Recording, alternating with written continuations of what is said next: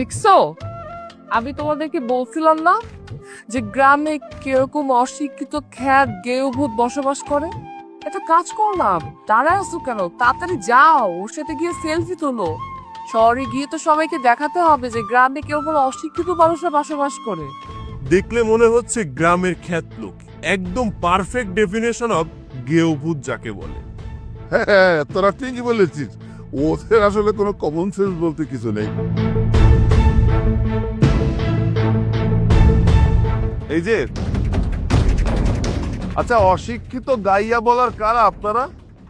আপনারা জানেন এইসব কথা বলা অপমানজনক। আর তাছাড়া হঠাৎ করে কাউকে না জেনে না বুঝে এরকম অপমান করা ঠিক না। আরে আজব বেয়াদব তো। আরে আমি তো তোকে সুযোগ দিচ্ছিলাম যে আমার মতো এত সুন্দরী একটা মেয়ের সাথে তুই ছবি তুলবি, এটা তো তোর অনেক বড় একটা সৌভাগ্যের ব্যাপার। আর তাছাড়া তুই যদি আমার সাথে ছবি তুলিস, শহরের লোকজন দেখবে, তোর কপাল খুলে যাবে। তুই যেই পরিবেশে থাকিস, যে জোকার মার্কা পরিবেশ, এখান থেকে তুই বের হয়ে আসতে পারবি। আরে এত কিছুর পর তুই আমার সাথে বেয়াদবি করতেছিস। তোর মতো লোকের সাথে কথা বলে না আমি আমার সময় নষ্ট করতে চাচ্ছিলাম। তার থেকে তুই বরং একটা কাজ কর, তুই আমাকে এই অ্যাড্রেসটা বল, লোকেশনটা কোথায়? ও, এটা সামনে গেলেই পাবেন। আরে তুমি কাকে কি জিজ্ঞাসা করছো? এই গাইয়াকে? আরে বাংলায় ঠিক করে বলতে পারে কিনা সেটাই সন্দেহ। আর তুমি কি ইংলিশ জিজ্ঞাসা করছো? আরে তুমি কি ইংলিশে না বলে বাংলায় বলো, বাংলায়।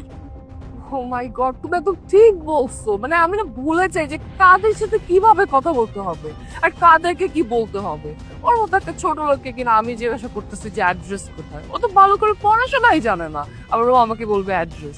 আচ্ছা যাই হোক, আমি তোকে বাংলাই বলতেছি, এখন হয়তো বা তোর বুঝতে অসুবিধা হবে না। এই যে তোদের এই গ্রামের সব থেকে বড় লোক চৌধুরী গ্রুপ অফ কোম্পানির মালিক, আচ্ছা তাদের বাসাটা কোথায়? আমরা চৌধুরী সাহেবের সাথে দেখা করতে আসছি। আর না হলে কি আর এই সমস্ত নোংরা গ্রামে কেউ আসে নাকি? আমাদের মতো লোকজন তো কখনো আসবে না। আসলেই গ্রামে অনেক গন্ধ। আর তোমার বিয়ের কথা না হলে এই গ্রামে কখনো আসতামই না। আরে সেটাই তো, ছেলে বড় লোক বলেই তো গ্রামে আসলাম। একবার মা বিয়েটা হয়ে যাক, তারপরে ওর মিল ইন্ডাস্ট্রি যা আছে সব আমরা নিয়ে নেবো। আরে বাবা, তা কি আর বলতে, তুমি দেখো না শুধু আমি কি করি। আমি এত সুন্দরী একটা মেয়ে, আমার এই সৌন্দর্যকে আমি কাজে লাগাবো না? দেখতে পাচ্ছ না অলরেডি আমি শর্ট শর্ট টপ প্যান্ট ছেড়ে আমি ঢোলা ঢালা ওয়েস্টার্ন পরে চলে আসছি। আর তোমাকে কি পরাইছি? স্যুট বুট রেখে কোটি পাঞ্জাবি আর টুপি। আপনাদের সাথে তর্কে জড়ানোর কোনো রুচি বা সময় আমার নেই। আপনার লোকেশন চেয়েছেন তো, একটু সামনে চলে যান, আপনাদের লোকেশন পেয়ে যাবেন। আরে অশিক্ষিত কোথাকার, শুধু শুধু সময় নষ্ট করছো। আরে চলো তো। হ্যাঁ হ্যাঁ, চলো। হ্যাঁ চলো।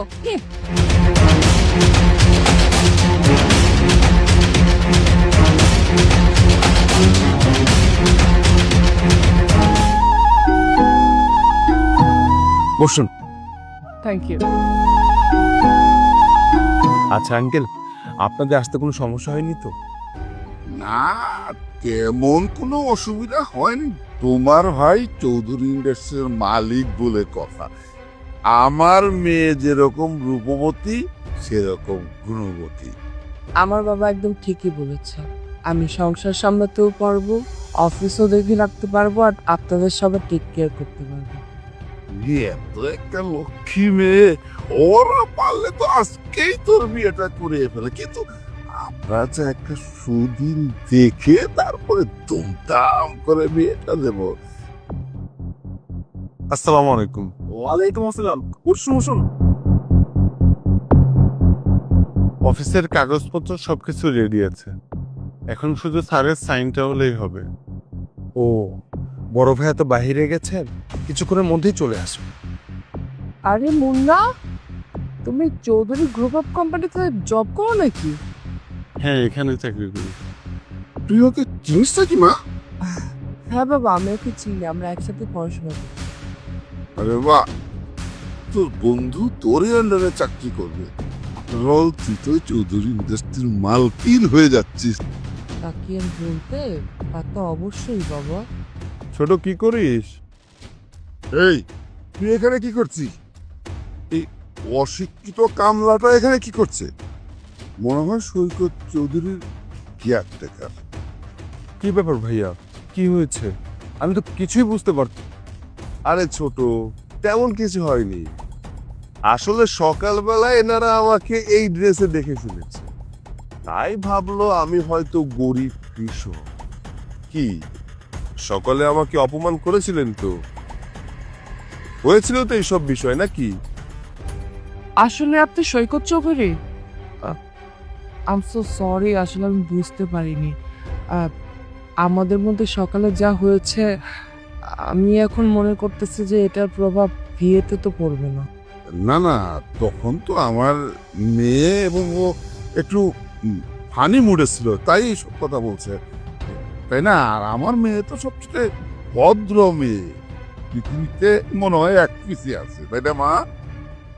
উমা, তাই নাকি? তার মানে আপনাদের শহরে মানুষের সাথে এরকম ভাবে মজা করা হয়, তাই তো? আচ্ছা বলুন, আর কি বলবেন? কিন্তু আপনারা তো এখানে এসেছেন লোভের টানে। এখানে এসেই রূপটা বদলে ফেললেন। কেন রূপটা বদলে ফেললেন? মানে এখন এসে দেখতে পাচ্ছেন যে এই সমস্ত সম্পত্তির মালিক আমি, এই কারণে? আচ্ছা, আপনার মেয়ের সাথে আমাকে বিয়ে কেন দিতে চাচ্ছিলেন? বুঝতে পেরেছেন যে চৌধুরী পরিবারের একমাত্র উত্তরাধিকারী আমি, আমার সাথে আপনার মেয়েকে বিয়ে দিলে সমস্ত সম্পত্তি হাতিয়ে নিতে পারবেন, এই প্ল্যান করে এখানে এসেছেন, তাই না? আচ্ছা, চেহারা সুরত তো খারাপ না, তাহলে এইসব চিপ মেন্টালিটি কিভাবে তৈরি হয় তোমাদের মাথার ভেতরে? যে একটা বড়লোক ছেলেকে বিয়ে করলাম, সমস্ত কিছু হাতিয়ে নিলাম। নিজে কিছু করতে তো পারো, নিজে কাজকর্ম করতে পারো। আর তোমার ফ্যামিলির মানুষকে এটা শিক্ষা দিয়েছে নাকি যে অন্যের টাকা কিভাবে নিজের করে হাতিয়ে নিতে হবে? আর তুমি সাথে করে নিয়ে এসেছো তোমার বয়ফ্রেন্ডকে। আচ্ছা এই ছেলে, তোমাকে বলছি, নিজের লজ্জা শরম বলতে কিছু নেই না? মানে একটা বড়লোক ছেলের কাছে তোমার গার্লফ্রেন্ডকে বিয়ে দিয়ে দিবে, তারপর সমস্ত কিছু হাতিয়ে নিয়ে পালিয়ে যাবে। এটা কি তোমাদের ব্যবসা? আমার তো মনে হচ্ছে এইটাই। আমার মনে হয় না যে তুমি মেয়েটাকে ভালোবাসো। কোনো মানুষ যদি সত্যিকারে কাউকে ভালোবাসে, তাহলে সেই মানুষটাকে কখনো অন্যের হয়ে যেতে দেখতে পারে না। আর এই যে মুরব্বী, আপনাকে বলছি, আপনার তো বয়স হয়েছে, এক পা কবরে চলে গেছে, এখনো পর্যন্ত মনুষ্যত্ব আসেনি। নিজে তো মনুষ্যত্বহীন, নিজের মেয়েটাকেও বানিয়েছেন মনুষ্যত্বহীন। আপনি বললেন গ্রামের মানুষকে ভালো লাগে না। আরে এই গ্রামের মানুষ কৃষক হতে পারে, তারা কিন্তু চাইলে শহরে গিয়ে চাকরিও করতে পারে, কিন্তু কেন করে না জানেন?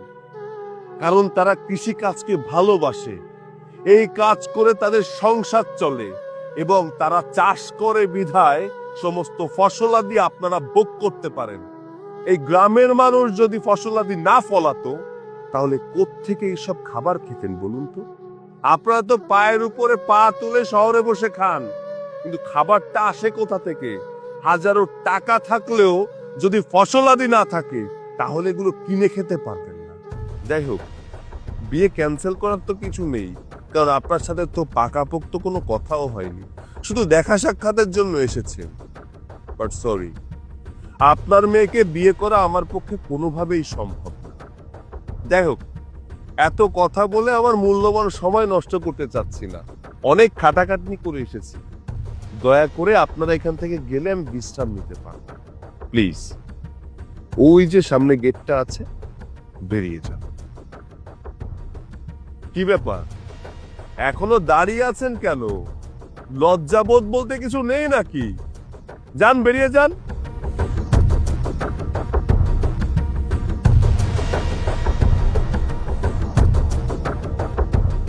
এর জন্য যদি তোর রোজা ভাঙতে হয়, তাও আমি তোর রোজা ভাঙাবো। ম্যাডাম, আমি খেতে পারবো না ম্যাডাম। তাড়াতাড়ি চল, শুরু করছে বস। ম্যাডাম, ডাক্তার দিচ্ছেন কিসের জন্য?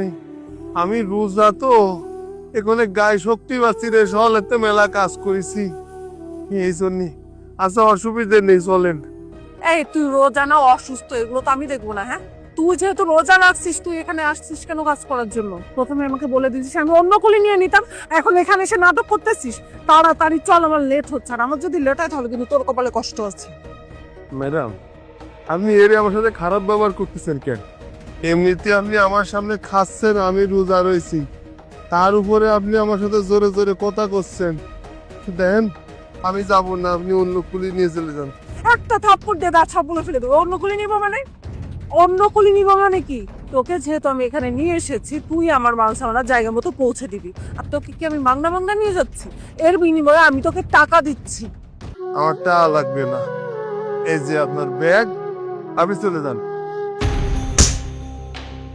ছোট লোকের বাচ্চা, যত বড় মুখ নয় তত বড় কথা। এই, আমি কি করব না করব সেটা আমার তোর কাছ থেকে শুনতে হবে, তোর কাছ থেকে শিখতে হবে। তোকে যেহেতু আমি বলেছি তুই আমার জিনিসপত্র নিয়ে দিবি, তার মানে তুই নিয়ে দিবি। আর এর জন্য যদি তোর রোজা ভাঙতে হয়, তাও আমি তোর রোজা ভাঙাবো। ম্যাডাম, ম্যাডাম, কস্তি কলম সরান। ম্যাডাম, আমি খেতে পারবো না। ম্যাডাম,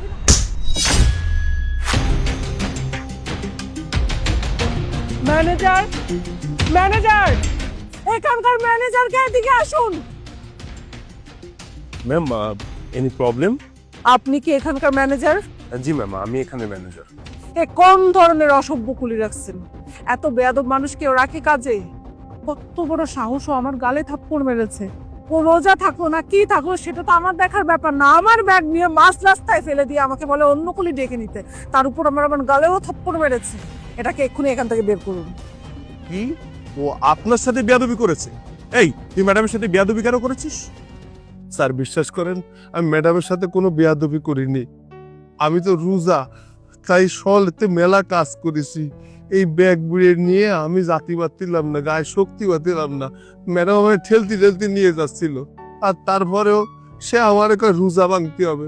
কন্দি, আমি রোজাদার মানুষ, আমি কি রে রোজা ভাঙবো? সে আমার জোরে রে খাই দিছিল। একজন রোজাদারের সামনে সে নিজে নিজে খাচ্ছে, নিজে রোজা রায় না, আর রোজাদারের সামনে সে নিজে নিজে খাচ্ছে। কন্দি, তাহলে আমার এমনি দোষটা কি? সে আমার যখন জোরে খাওয়াতে গেছে, আমি তার সাথে জোরাজুরি করতে যাই, এটা থাপ্পড় লেগে গেছে। বিশ্বাস করেন স্যার, আমি ইচ্ছের থাপ্পড় দিইনি। এ তুই থাম, তোর কাজ মাল সামানা টানা, কুলিগিরি করা। কে রোজা থাকলো আর না থাকলো সেটা তোর দেখার দরকার না। ম্যাম, ও হয়তো বা এটা ইচ্ছা করে করিনি, আর তারপরও ভুলবশত হয়তো হয়ে গিয়েছে। ও এখানে অনেকদিন ধরে চাকরি করে। তারপর ওই শোন, তুই যেটা করেছিস অন্যায় করেছিস। তুই এখনই ম্যাডামের কাছে ক্ষমা চা, ক্ষমা চা। ম্যাডাম, আমি ইচ্ছের আপনারা চট দিনি, জোরাজুরিয়ার সময় চর লেগে গেছে, আপনি আমারে ক্ষমা করে দিয়েন। চুপ থাক, তোর কোনো ক্ষমা নেই। ওকে আমি ক্ষমা করতে পারবো না। ও আমার সাথে যে পরিমাণ বেয়াদবি করেছে, এত বেয়াদবি আমার লাইফে কেউ আমার সাথে করেনি। আমার বাবা এসপি রাশেদুল চৌধুরী। আমি যদি চাই এই মুহূর্তে আমার বাবাকে বলে আপনাকে এখান থেকে ট্রান্সফার করিয়ে অন্য জায়গায় নিয়ে যেতে পারি। যদি নিজের চাকরিটা খোয়াতে না চান তাহলে এটাকে এক্ষুনি এখান থেকে বের করুন। স্যার, আমার চাকরিতে বাইর করে দেবেন না স্যার। আমার চাকরিতে বাইর করে দিলেই আর বউ বাচ্চা দিয়ে না খেয়ে থাকতে হবে স্যার। স্যার দয়া করেন স্যার। তোর জন্য আমি আমার চাকরি খোয়াতে পারবো না। কালকে থেকে তোর আর আসতে হবে না। আর ম্যাম, যেটা হয়েছে তার জন্য সরি। ম্যাম, আপনার ব্যাগ এখানে থাকুক, আমি অন্য কুলিকে ডেকে এটা নেওয়ার ব্যবস্থা করছি। আপনি প্লিজ চলুন।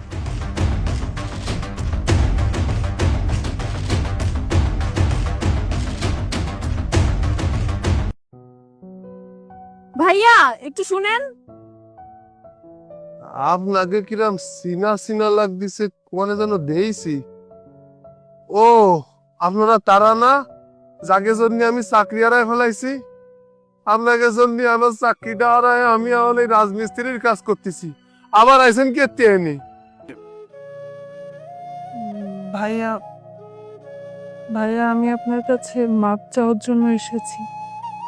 আপনি প্লিজ আমাকে মাফ করে দিবেন। আসলে সেদিন আমি আপনার সাথে অনেক বড় অন্যায় করেছি, সেটা আমি এখন বুঝতে পারছি।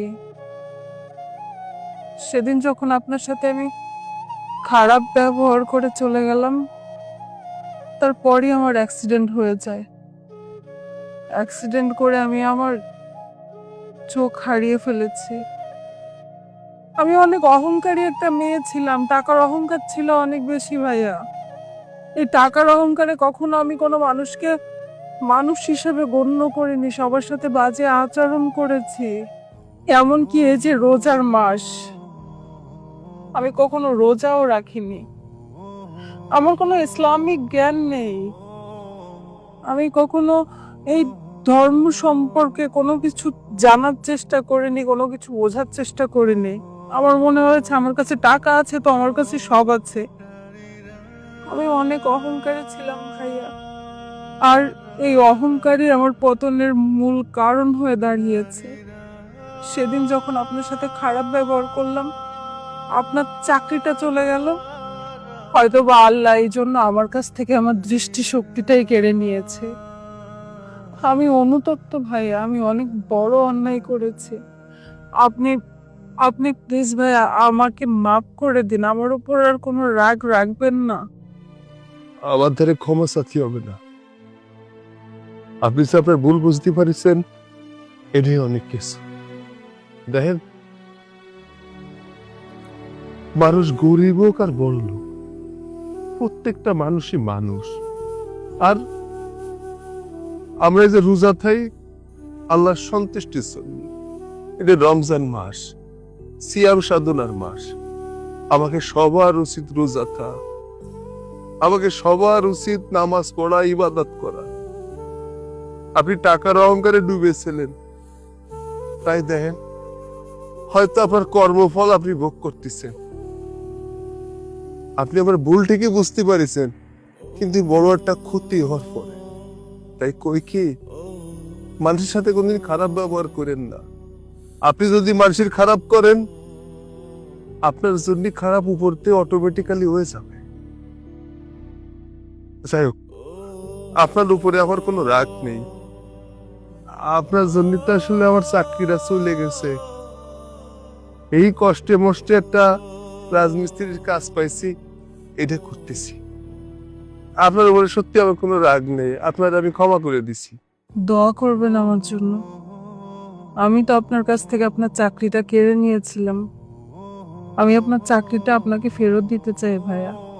আপনি প্লিজ আমার সঙ্গে চলুন। অনু, চল।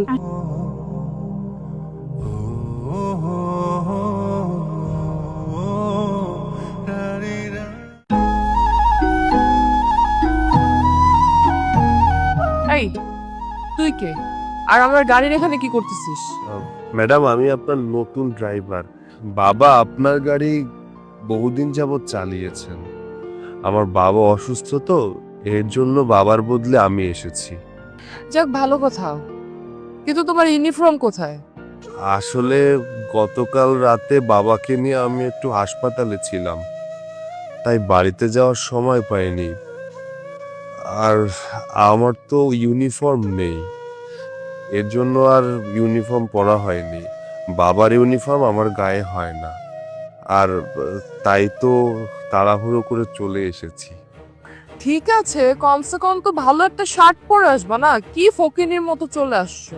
আচ্ছা আমি বুঝি না, একটা ভালো শার্ট পরে আসলে কি হতো? তুমি তো খুব ভালো করেই জানো যে আমার সাথে বিভিন্ন মিটিংয়ে তোমার যেতে হবে, নিজেকে কিভাবে প্রেজেন্টেশন করতে হয় সেটাই জানো না। তোমার জন্য তো মানুষজন আমার উপর হাসাহাসি করবে। সরি ম্যাডাম, আমাকে ক্ষমা করে দিন। এই একদম ন্যাকামি বন্ধ করো, আর এইসব সরি টরি বলে আমি একদমই পছন্দ করি না। দরজা খোলো, আমার দেরি হয়ে যাচ্ছে।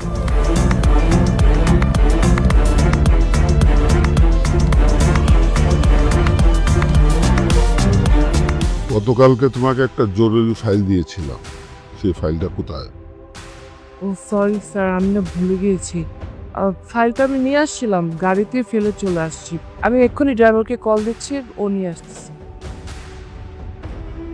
হ্যালো, এই শোন, গাড়িতে একটা ইয়েলো কালারের ফাইল রাখা আছে, ফাইলটা নিয়ে তাড়াতাড়ি বসের রুমে চলে আয়, তাড়াতাড়ি।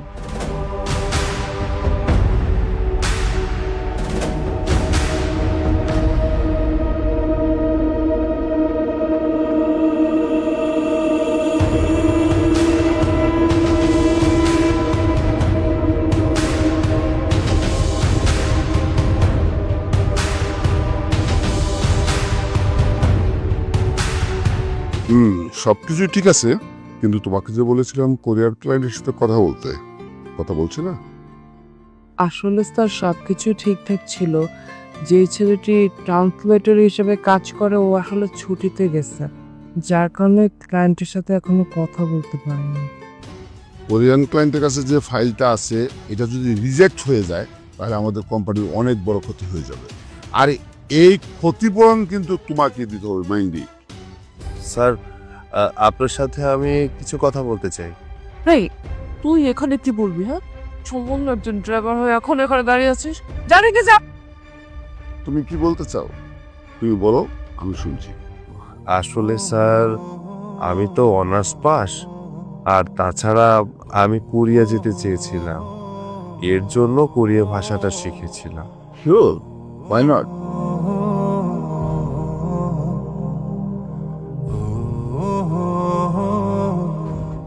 안녕하시오. 좋습니다. 나는 당신이요. 여기요 있고요. 있어요. স্যার উনি বলল এই কোম্পানির সাথে তারা ব্যবসা করতে রাজি আছে। বাহ, তুমি তো অনেক সুন্দর করে কোরিয়ান ভাষায় কথা বলতে পারো। তোমার কাছে আমি অনেক কৃতজ্ঞ। Thank you madam. বেয়াদবি মাফ করবেন, আপনাকে কিছু কথা বলতে চাই। ম্যাডাম, সকালবেলা আপনি আমার সাথে অনেক খারাপ আচরণ করেছেন। আমি ইউনিফর্ম পরিনি বিধায় আপনি আমাকে গালিগালাজ করেছেন। আমার বাবা অসুস্থ ছিল, আমি তাকে নিয়ে হাসপাতালে ছিলাম। আমার কতটা দুশ্চিন্তা হচ্ছিল এটা কিন্তু জিজ্ঞাসা করেননি। আমার বাবা আপনার ড্রাইভার ছিলেন, অনেক বছর ধরে গাড়ি চালিয়েছেন, কিন্তু দেখুন আমার বাবার জন্য আপনার সিম্প্যাথি ছিল না। আপনি জিজ্ঞাসাও করেননি আমার বাবা কেমন আছে। আমি এই কোম্পানিতে অনেক আগে থেকে চাকরির জন্য চেষ্টা করেছি, কিন্তু কপালের লিখন হয়তো হয়নি। আমি চাইলে আপনার মুখের উপর জবাব দিতে পারতাম, কিন্তু দেইনি কেন জানেন? কারণ আমার বাবা আমাকে এসব শিক্ষা দেয়নি। তুমি যে আমার কোম্পানির এমপ্লয়ি এটা ভাবতেও আমার লজ্জা লাগে।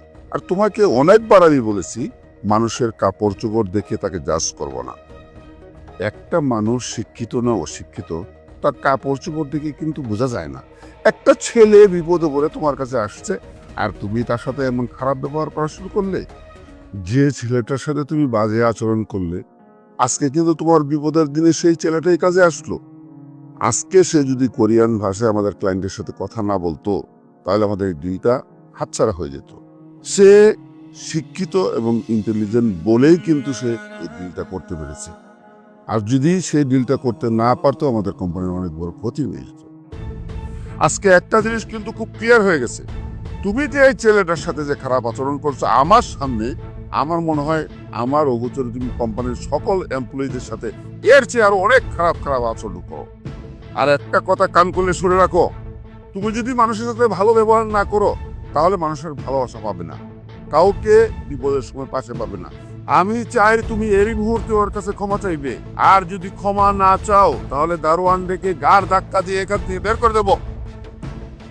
আই এম সো সরি, আসলে আমি বুঝতে পারিনি। আমি এখন থেকে কারোর সাথে খারাপ আচরণ করব না, কারো পোশাক আশাক নিয়ে বাজে কথা বলবো না, কারো মনে কষ্ট দিয়ে কথা বলবো না। প্লিজ তুমি আমাকে মাফ করে দাও। তোমাকে আমি অনেক অপমান করছি। তোমার বাবা অনেক দিন যাবত আমার সাথে আছে, আমার ড্রাইভার হিসেবে কাজ করতেছে, তাকেও আমি কখনো সম্মান দিয়ে কথা বলিনি। প্লিজ মাফ করে দাও, আর কখনো এরকম আচরণ করবো না। ঠিক আছে ঠিক আছে, তুমি এখন আমার সামনে থেকে বিদায় হও। আবার যদি এই ফাইলের প্রয়োজনে তোমাকে ডাকতে হয় আমি ডেকে নেব।